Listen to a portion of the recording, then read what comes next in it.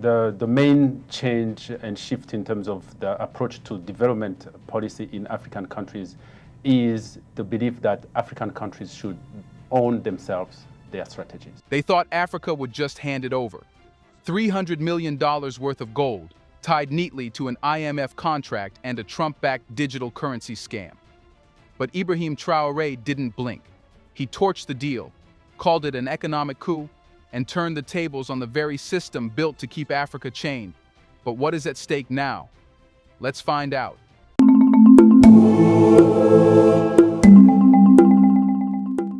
The announcement came without warning, but its impact was thunderous. In Ouagadougou, President Ibrahim Traoré stepped before cameras and declared that Burkina Faso would not surrender its gold to the International Monetary Fund, no matter what the so-called debt relief package promised. With one sentence, he upended months of quiet maneuvering by Washington lobbyists, IMF officials, and former U.S. President Donald Trump's financial backers. This wasn't just a technical rejection of a contract, it was the open rejection of a system. For decades, IMF deals had been signed behind closed doors, dressed up as lifelines, only for the fine print to turn them into shackles. But this time, the fine print was dragged into the daylight, and Traoré slammed it shut before the ink could even touch the page. The IMF proposal had been pitched as a chance to stabilize Burkina Faso's economy, unlock international credit, and show investors the country was open for business. Western officials expected a handshake, not a fist. Instead, Traoré accused the deal-makers of staging what he called an economic coup, a bloodless overthrow designed not with tanks, but with contracts that would hand over Burkina Faso's lifeline, nearly $300 million worth of gold reserves. The reaction was immediate. In Washington, anonymous IMF insiders leaked their frustration to the press, insisting Traoré was risking his country's stability. In Paris, French commentators warned that isolation awaited any African leader who dared defy the system. But in Ouagadougou, the mood was the exact opposite. Crowds poured into the streets chanting his name, waving placards that read, "Not our gold and Africa is not for sale." The people understood instinctively that something monumental had happened. What stunned Western observers even more was the speed of the solidarity that followed. In Bamako, Malian officials applauded the move, with state radio declaring that a line has been drawn in the sand. In Niamey, Nigerian leaders hinted they too were reviewing their resource contracts. The news ricocheted across the Sahel, carried by WhatsApp groups, community radios, and Pan-African media outlets that framed it as more than a rejection. It was the first decisive battle in a new kind of war, the war for economic sovereignty. The symbolism was powerful. For years, Africa's wealth had been negotiated in backrooms of Washington, Paris, and London, with African leaders reduced to signatories on documents drafted elsewhere. But Traoré flipped the script. He did not beg for favorable terms, nor did he play for gradual reform. He tore up the script entirely, sending a message not just to the IMF, but to every African leader watching: you don't have to sign. Western capitals struggled to contain the fallout. Analysts on U.S. financial networks tried to downplay the move as reckless populism, but even they admitted the danger. If one small country could refuse, others might follow. And if others followed, the entire model of debt for resources could unravel. Suddenly, the $300 million at stake looked small compared to the billions in gold, uranium, and oil that Western economies still depend on. For the people of Burkina Faso, however, the meaning was simpler. This was about dignity. Ordinary citizens knew their gold wasn't just a number in IMF spreadsheets. It was the backbone of their schools, hospitals, and industries. Losing it would have meant losing control of their future. And so when Traoré said no, he wasn't just rejecting a contract, he was reaffirming the principle that Africa's wealth belongs first to Africans. But what exactly was hidden inside this package that made it so dangerous, so suffocating, that Traoré had to slam the brakes before it was too late? When Ibrahim Traoré called the IMF package an economic coup, he wasn't speaking in metaphors. The scheme was designed with the kind of precision only decades of exploitation could refine. On paper, the offer seemed routine, a debt relief arrangement backed by a digital currency innovation aimed at giving Burkina Faso stability and global market credibility. In practice, it was a handcuff welded in gold. At its core was the collateralization clause. The IMF wanted $300 million worth of gold reserves pledged as security. The moment Burkina Faso stumbled on repayment, even for reasons outside its control, like global price shocks or regional instability, the IMF would have the legal right to seize the gold outright. And not just seize it quietly, but transfer ownership under international law, ensuring there would be no appeal, no reversal, no national sovereignty to fall back on. It was a financial foreclosure waiting to happen. But the seizure clause was only the first layer. Hidden in the contract was the Phoenix dollar framework, a digital currency experiment pitched as a way to modernize African economies. The sales pitch was slick, a blockchain-backed token, anchored by gold reserves, designed to protect against inflation and attract investors. What they didn't say is that the Phoenix dollar would be controlled not by Africans, but by Western banks and think tanks who already had their claws in the system. This meant Burkina Faso's reserves wouldn't just be collateral, they would be the foundation of a digital currency it didn't control. In other words, the country's gold would be used to back a foreign-issued currency, while its own citizens remained locked out of the benefits. If implemented, every ounce of gold mined in the future could be tagged to Phoenix dollar reserves, draining wealth straight into the Western system while giving Burkina Faso little more than token credits in return. The brilliance and the cruelty of the scheme were how well it was camouflaged. To ordinary observers, it looked like a modernization project, even a step toward digital innovation. To African governments desperate for debt relief, it looked like a lifeline. But for anyone reading the fine print carefully, it was clear. This wasn't about helping Africa integrate into the global economy. It was about binding African economies to Western systems in ways more sophisticated than the old colonial currencies ever managed. And here's the kicker. The Phoenix dollar wasn't just an economic tool, it was a geopolitical weapon. By anchoring African resources to a digital currency headquartered outside the continent, Washington and its allies would effectively decide the pace of African growth. Need more liquidity? Wait for approval? Want to adjust reserves? Not without consent. Even domestic policies like subsidies or infrastructure spending could be crippled by the way gold reserves were tied up. In other words, sovereignty would exist on paper, but not in practice. Traoré spotted the trap immediately. For a leader who had already overseen the transfer of gold mines to state ownership, signing such a deal would have undone everything. It would have been like handing back the keys to the vault after finally changing the locks. That's why he didn't hesitate to call it out for what it was, an economic coup staged through paperwork instead of soldiers. And let's not forget the bigger picture. This wasn't an isolated experiment aimed only at Burkina Faso. Documents leaked in financial circles suggested the IMF wanted to roll out similar agreements across the Sahel, starting with countries facing the heaviest debt burdens. The goal wasn't just to secure repayment, it was to establish a template. If Burkina Faso signed, Mali, Niger, and even resource-rich states like Nigeria could be pulled into the same net. The Phoenix dollar would spread like a digital colonial coin, locking Africa into a new system of invisible control. Now the question becomes, why did this scheme appear now at this exact moment?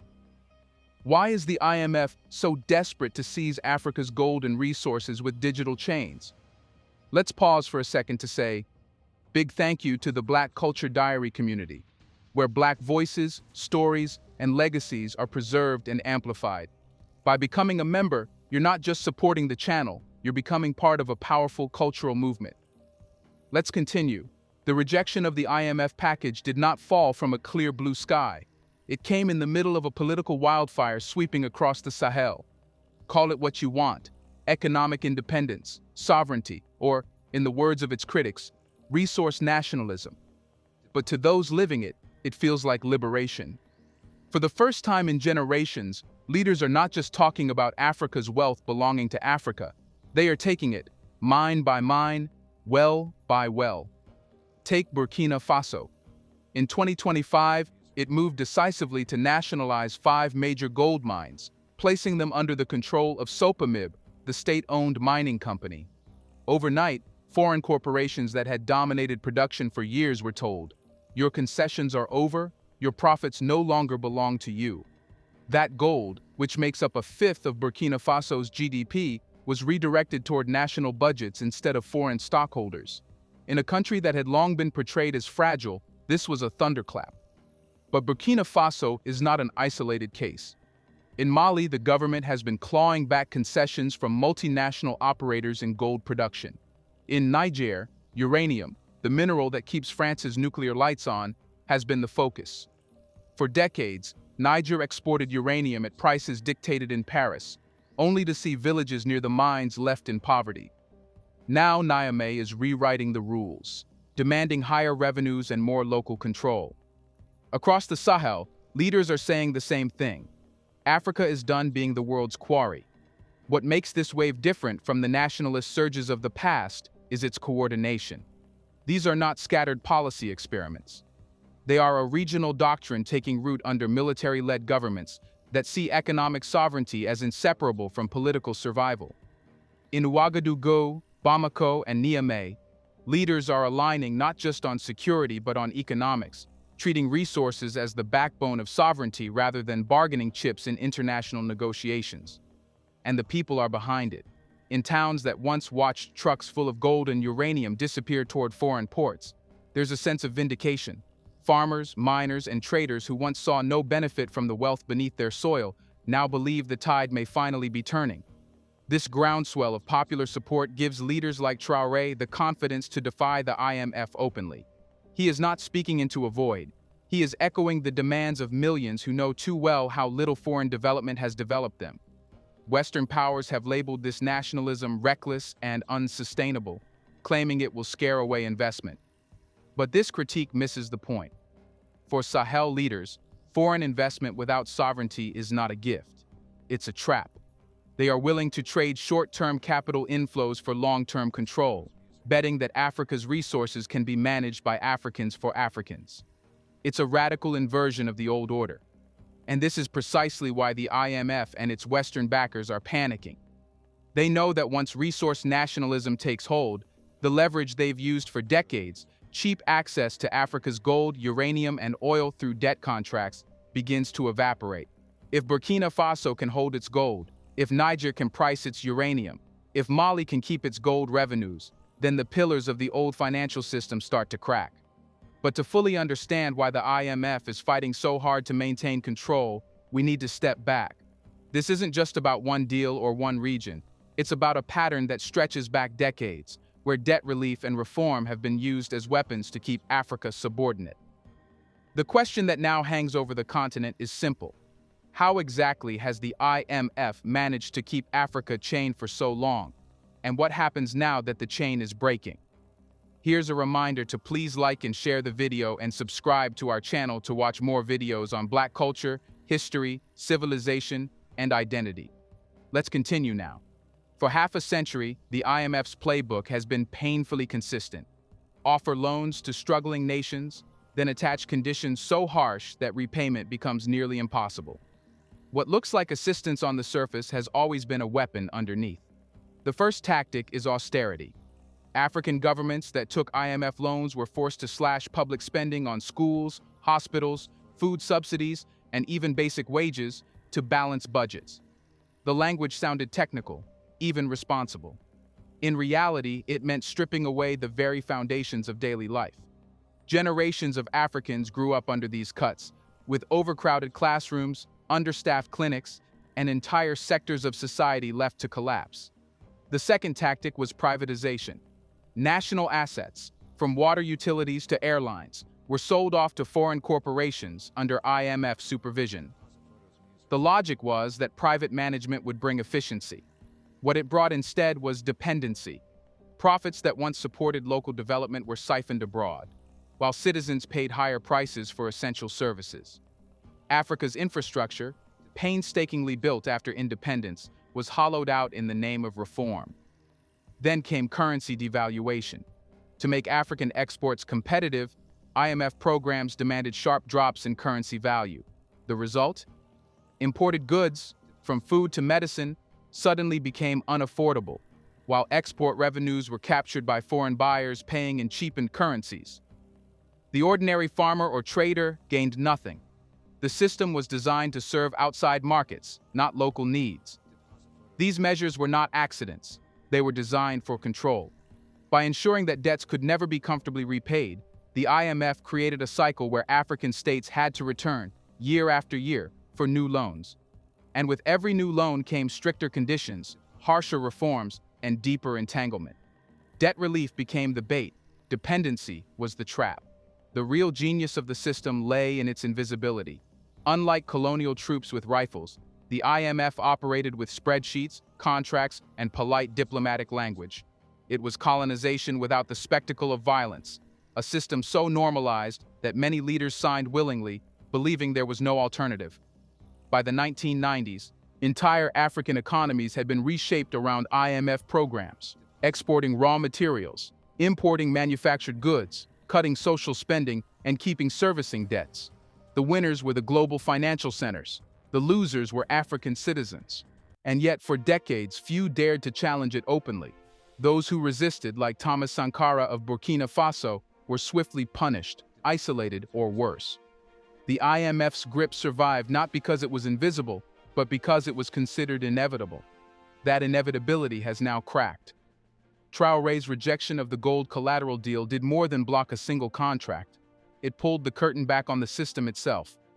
By calling it an economic coup, he named what millions had long felt but few in power had ever said aloud: that the IMF doesn't save nations, it subordinates them. His words turned whispers into headlines, and headlines into chants on the streets. And here's the turning point. Once the mechanics of exploitation are visible, they lose their legitimacy. Africa is no longer debating whether the IMF's model is flawed. It is debating how to build something beyond it. Which brings us to the final, urgent question. If the old order is cracking and the IMF's game is exposed, what path forward can Africa build that is truly sovereign, sustainable, and free from external control? The collapse of the IMF's illusion leaves Africa standing at a crossroads, but for the first time in generations, it is not a path drawn by outsiders. Across the continent, leaders, institutions, and ordinary citizens are sketching their own blueprint for sovereignty. It does not look like the old aid packages, nor the endless parade of donor conferences. It looks like Africans are taking the pen and writing their own terms. The first pillar of this new path is African financial independence. Institutions like Afreximbank and the African Development Bank are no longer auxiliary players. They are becoming anchors. These banks are not asking for collateral in gold or uranium. They are lending against Africa's potential, with repayment terms shaped by regional priorities. The creation of emergency stabilization funds, capital pools backed by African states themselves, is slowly reducing the desperation that once drove governments to Washington's doorstep. If the IMF has long thrived on being the lender of last resort, Africa is now building its own last resort, on its own soil. The second pillar is intra-African trade. The African Continental Free Trade Area, AfCFTA, is more than a bureaucratic agreement. It is the quiet revolution that could keep African wealth circulating within Africa. For too long, raw materials left African ports cheaply, only to be re-imported as expensive finished goods. AfCFTA's aim is brutally simple: break that cycle. By lowering barriers between African states, the continent can build regional value chains, where Malian cotton feeds Nigerian factories, Burkina gold funds, Ghanaian refineries, and Kenyan innovations power South African markets. The effect is not just economic, it is psychological. It says Africa doesn't need permission slips from Europe or America to trade with itself. The third pillar is monetary autonomy. If the Phoenix dollar represented a new digital leash, African leaders are now exploring digital currencies of their own. Proposals for regional or pan-African e-currencies are not science fiction. They are discussions happening in Addis Ababa, Abuja, and Johannesburg. A digital African currency, backed by the continent's own reserves and managed through continental institutions, would cut the dollar's chokehold on trade and financing. The West once used currencies to colonize, first the franc, then the dollar. The future may see Africa flipping that script, inventing a monetary tool that serves African priorities, not foreign markets. The fourth pillar is industrialization. Resource nationalism means little if gold, oil, and uranium remain exported raw. The new generation of leaders is not just nationalizing. They are building processing plants, refineries, and factories. Burkina Faso's move to expand gold refining capacity is one step. Nigeria's investments in defense industries are another. Mozambique's push into energy infrastructure adds to the momentum. The idea is not isolation. It is transformation. Take what is dug from the soil and multiply its value at home before it ever leaves the continent. And perhaps the most radical pillar of all is unity. The Sahel's military governments, once derided as unstable, are now aligning their policies in a way that terrifies the IMF. Instead of negotiating alone, they are speaking together, whether on mining contracts or currency reform. That spirit of collective defiance is spreading. From the Horn of Africa to Southern Africa, there is a recognition that sovereignty cannot be defended by one nation alone. It requires a continental shield. This is why Traoré's defiance matters so profoundly. By rejecting a single contract, he exposed the entire architecture of dependency, and by doing so, he gave legitimacy to the alternatives Africans have been quietly building. The IMF's power rested on silence. Traoré replaced it with a rallying cry. And here lies the turning point. For the first time in modern history, Africa is not simply resisting Western control, it is designing systems that make that control obsolete. If Afreximbank can eclipse IMF loans, if AFCFTA can anchor trade within the continent, if African currencies can sever dollar dependency, then the IMF is not just weakened, it is irrelevant. What began as a fight over $300 million in gold has revealed itself as something far larger, the death rattle of a financial empire and the birth pangs of an African century. And if history has taught us anything, it is this. Once the fire of sovereignty is lit, it does not flicker out. It spreads. Do you think Africa should ever trust the IMF again after this exposed economic coup? Let us know in the comments section. Is Traoré's defiance just the beginning of a continent-wide revolution against Western control? Do you want to watch more videos like this one? If so, subscribe to our channel and press the bell icon next to it. We have decided to bring videos on something nobody talks about: the Black culture, civilization, history, and evidence about how glorious Blacks have been. Thanks for watching, and until the next video, stay tuned.